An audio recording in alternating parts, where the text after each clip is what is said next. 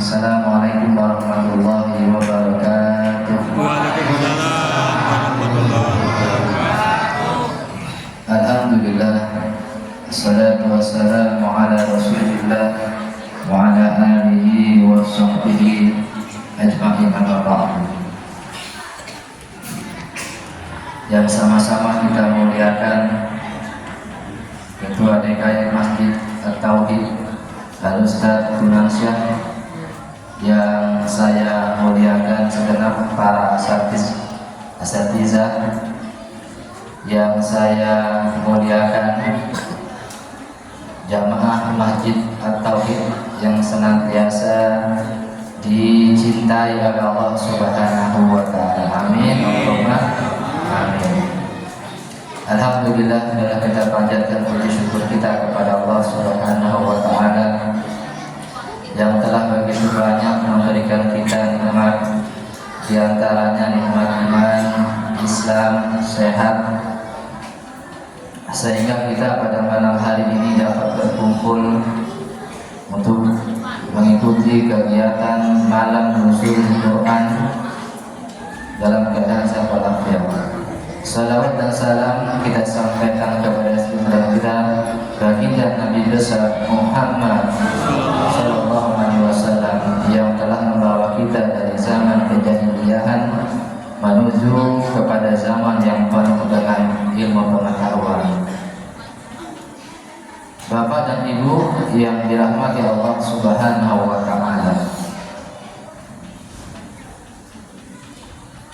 nuzul Quran itu artinya adalah diturunkannya Al-Quran. Itu secara bahasa. Kalau secara istilah, nuzul Quran itu adalah diturunkannya Al-Quran oleh Allah itu dari Lauhul Mahfuz ke Baitul Izzah atau langit dunia. Kemudian dari Baitul Izzah diturunkan kepada Rasulullah Sallallahu Alaihi Wasallam secara berangsur-angsur selama 23 tahun.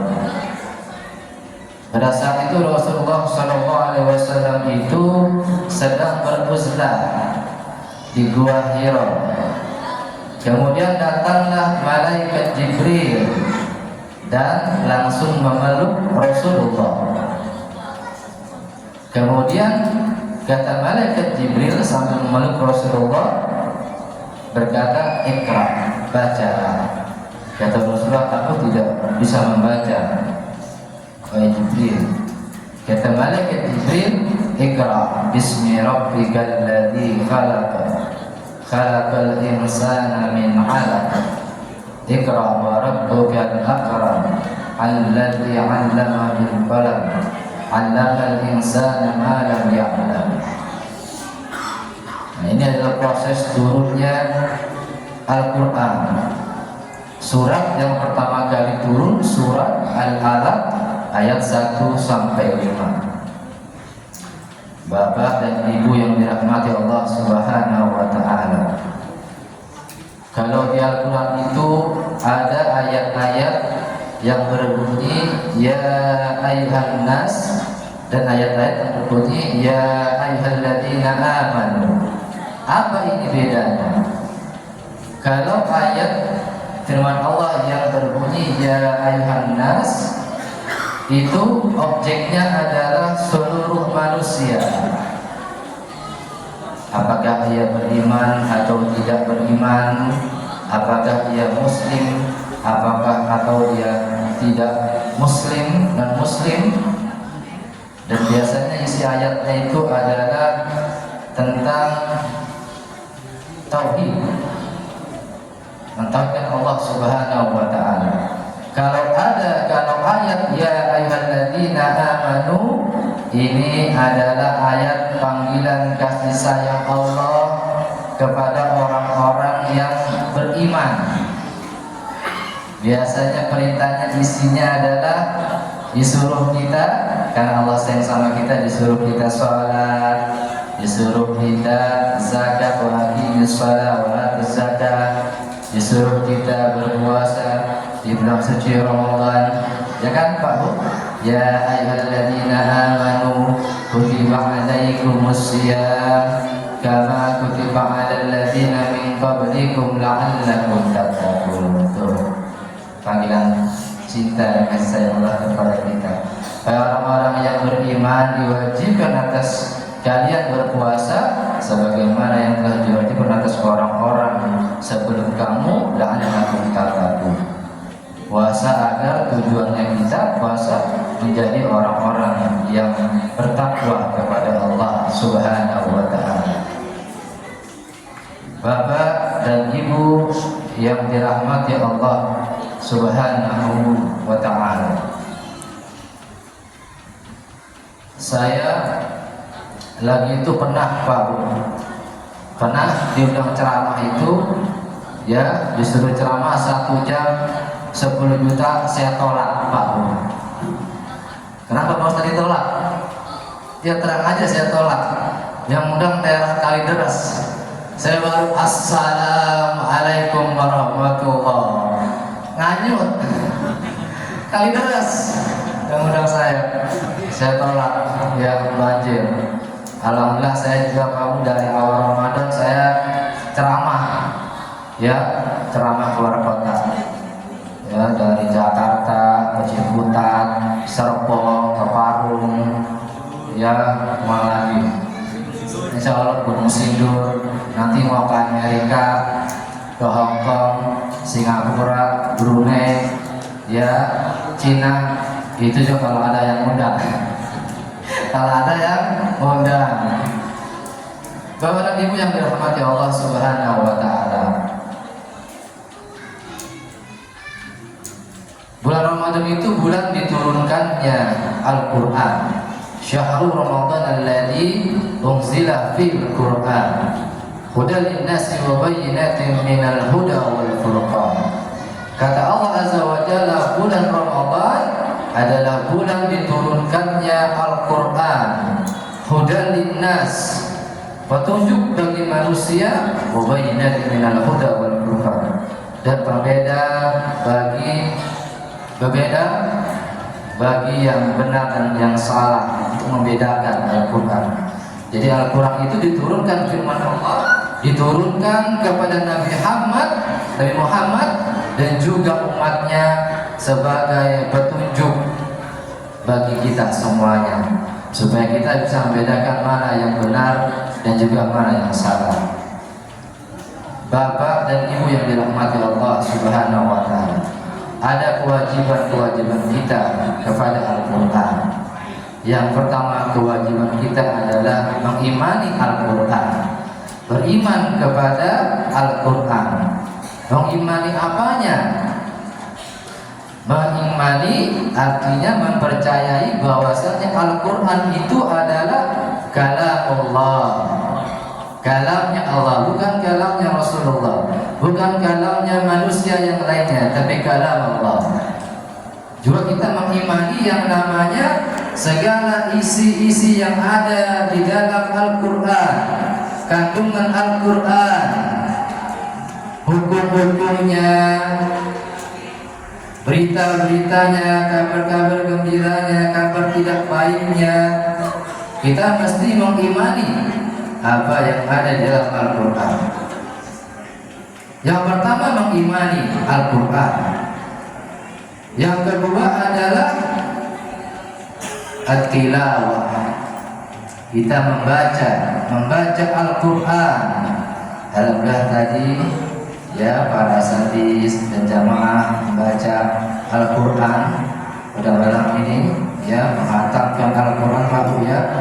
Masya Allah, tabarakallah, sampai 30 juz, luar biasa, ya, luar biasa. Membaca Al-Qur'an itu dalam agama Islam maka harus tartil. Waratilil Qur'an tartila. Bacalah Al-Qur'an itu dengan tartil. Tartil itu artinya adalah membacanya dengan tenang, tidak tergesa-gesa, perlahan-lahan, sesuai dengan kaidah-kaidah ilmu tajwid. Bagaimana cara membaca huruf-huruf yang tebal, yang yang tipis, yang panjang, yang pendek, mad, yang guna. Nah, ini sesuai dengan ilmu tajwidnya, memberikan hak-hak kepada huruf Al-Quran. Yang kedua tilawah. Yang ketiga, kewajiban kita kepada Al-Quran adalah tadabbur Quran. Mentadabburi Al-Quran. Tadabbur ini artinya kita merenungi, menghayati ya makna-makna daripada Al-Quran dan belajar tafsirnya Al-Quran supaya kita tahu maksudnya Allah Subhanahu wa ta'ala. Kata Allah, wa may yattaqillaha yaj'al lahu makhraja wa yarzuqhu min haitsu la yahtasib. Barang siapa yang bertakwa kepadaku, niscaya akan aku berikan jalan keluar dari setiap permasalahannya dan diberi rezeki dari arah yang tidak disangka-sangka. Ini tadabburnya adalah Bapak Ibu semuanya, setiap kita punya permasalahan ya, sebesar apapun masalah yang kita hadapi, maka solusinya adalah kata Allah adalah takwa. Jangan kita itu kalau ada masalah, ya banyak orang-orang di luar sana masalah larinya ke diskotik ya. Diskotik ya, dugem, ajak ya, dugem ya, minum pil apa gitu ya, teler gitu ya. Itu bukan solusi dalam Islam. Solusi kalau dalam Islam kita punya masalah tadi, wa may yattaqillaha yaj'al lahu makhraja. Barang siapa yang bertakwa kepadaku, niscaya akan aku berikan jalan keluar dari setiap permasalahannya. Tuh, kita takwa aja. Di lain ayat, wasta'inu bis-sabri was-salah. Mintalah pertolongan kepada Allah dengan sabar dan salat. Ini luar biasa Bapak Ibu. Kita punya masalah takwa, sabar, salat, munajat kepada Allah. Saya punya teman, dia cerita kepada saya. Lagi itu dia bilang, saya Ustaz, malam-malam itu saya naik motor sama mertua saya, mau keluar nyari makan lauk. Tiba-tiba di tengah jalan itu malam-malam Pak Bu, rantainya lepas motornya. Ya motor-motor Evo zaman dulu lah, motor-motor lama, lepas rantainya. Ada motor rumah jauh, bengkel pada tutup. Dia orang takwa, orang saleh. Tiba-tiba Pak Bu datang itu Gojek, datang langsung menolong, menyentuh, didorong pakai kakinya itu sampai depan rumahnya. Ya, masya Allah. Saya merinding kalau kayak gini tuh. Iya Allah. Ya, tidak ada perbuatan yang kebetulan. Semuanya pertolongan Allah sampai rumah dia sama mertuanya. Coba kalau dorong tuh, capek. Dia cerita lagi kepada saya tentang masalah pertolongan Allah. Pak Ustaz, anak saya ya besok Senin mau ngambil rapor, dan Senin ngambil rapor, dan hari ini nih ya Jumat harus udah bayaran SPP-nya yang bulan Maret ini. Gitu. Saya pusing Pak Ustaz, gak punya uang gitu. Gak punya uang. Habis sholat itu Pak, habis sholat rebahan dia buka HP-nya, mobile banking, ya dilihat, dibuka, barangkali ada yang masuk gitu, ya dari perusahaannya gitu. Pas dibuka ternyata benar Pak, masya Allah, masuk dibuka, oh tanya tinggal saldo 25.000 ya, jadi 1 juta 25.000. Dia kaget banget itu. Alhamdulillah, THR dari kantor turun, masya Allah. Besoknya Sabtunya ngambil rapor, akhirnya langsung ditransfer sama ke bendaharanya. Itulah ya yang namanya pertolongan Allah Subhanahu wa ta'ala. Bapak dan Ibu yang dirahmati Allah Subhanahu wa taala. Beriman kepada Al-Qur'an, kedua tilawatul Qur'an, yang ketiga at-tadabbur Qur'an. Ya, belajar tafsir Quran. Banyak sekarang kitab tafsir. Tafsir Buya Hamka Al-Azhar, tafsir Profesor Qais Shihab. Ya, banyak mufasir daripada mufasir Nusantara dan juga dari Timur Tengah. Itu harus, kalau kita ada rezeki, ya beli yang namanya tafsir. Itu kitab tafsir di karangnya itu susah sama ulama tafsir. Ya, beli Buya Hamka, ya, itu enak ya dibacanya. Maka tadabbur Al-Quran. Kemudian yang berikutnya adalah kita menghafalkan ayat-ayat Al-Quran. Ya, Al-Quran dihafalkan dari surat-surat yang pendek dulu dihafalkan, Al-Fatihah, ya, Anas, Falaq, naik ke atas dari 30, yang pendek-pendek dulu aja.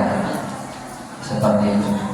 Cara menghafalkan Al-Quran itu, Bapak dan Ibu, yang pertama adalah harus memiliki niat yang ikhlas karena Allah. Benerin niat kita dulu. Niatnya harus ikhlas menghafal Al-Quran.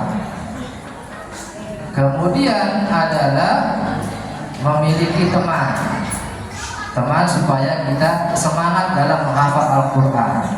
Setelah itu adalah ya yang namanya diulang-ulang, dimurajaah, diulang-ulang. Menghafal Quran itu ulang-ulang. Lebih bagus kalau punya guru, itu lebih bagus lagi. Bisa setelah hafalan Pak Buya, nah gitu, itu bagus lagi. Di sini ada TPI nggak Pak Bu? Ada ya, Pak. Oke, bagus ya. Bu, sehat Bu.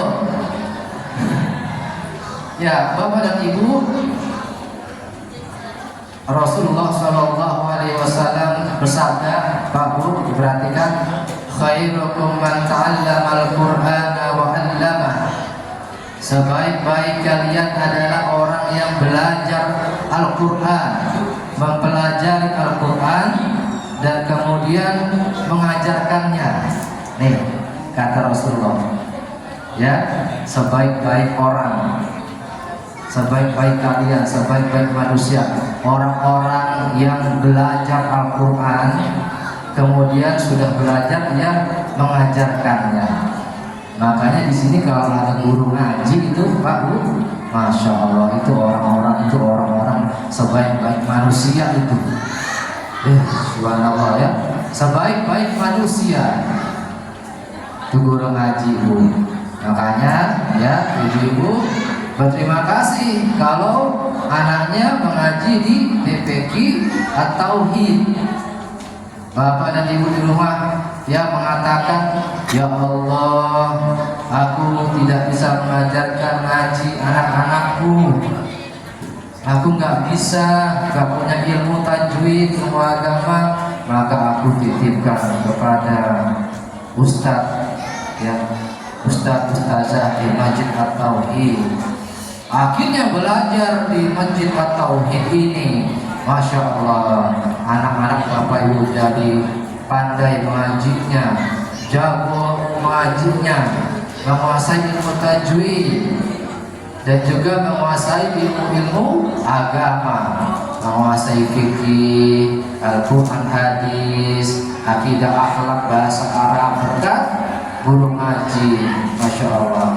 Makanya kita ucapkan banyak-banyak terima kasih kepada guru ngaji. Kalau ada bingkisan, ya Bapak Ibu, kalau ada bingkisan boleh itu, ya para orang tua kasih yang namanya guru ngajinya anak-anak Bapak Ibu, karena sudah menggantikan peran Bapak Ibu untuk mengajarkan anak-anak jadi dekat dengan Al-Quran dan pintar baca Al-Quran. Bapak dan Ibu yang dirahmati Allah Subhanahu wa taala, ini sedikit ada kisah yang namanya ibu-ibu harus belajar Bu ya, Bu. Belajar ya agama ya. Ini ada kisah Pak Bu. Ada seorang suami istri Ya ini mau kondangan kata bininya sama kepada suaminya, bang nanti kalau ya sholat kan mau kondangan kata suaminya, ya mama ya sebelum kondangan kita sholat jamaah dulu ya. Iya pak. Akhirnya sholat berjamaah, tapi sebelum sholat diwanti-wanti sama bininya, pak bu, pak ntar kalau jadi imam baca suratnya jangan panjang-panjang ya, kata bapaknya. Ya mah.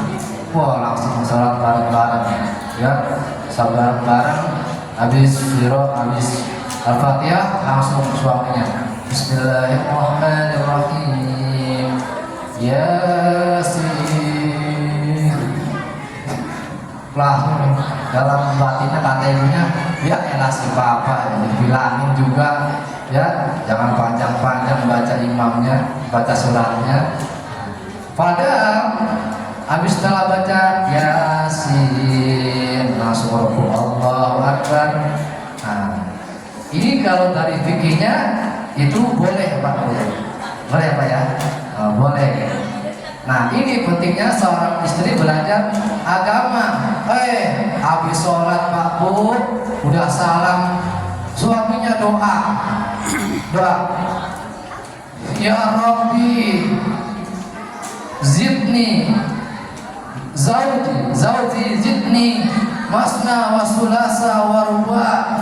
Kata istrinya, amin, amin, amin ya Allah, amin. Ya, langsung ya selesai. Habis itu padahal itu artinya adalah ya Allah tambahkanlah aku istri 2, 3, 4. Istrinya bilang amin. Akhirnya si bapaknya punya bini kedua gara-gara diamin sama bininya. Alhamdulillah. Jamaah alhamdulillah.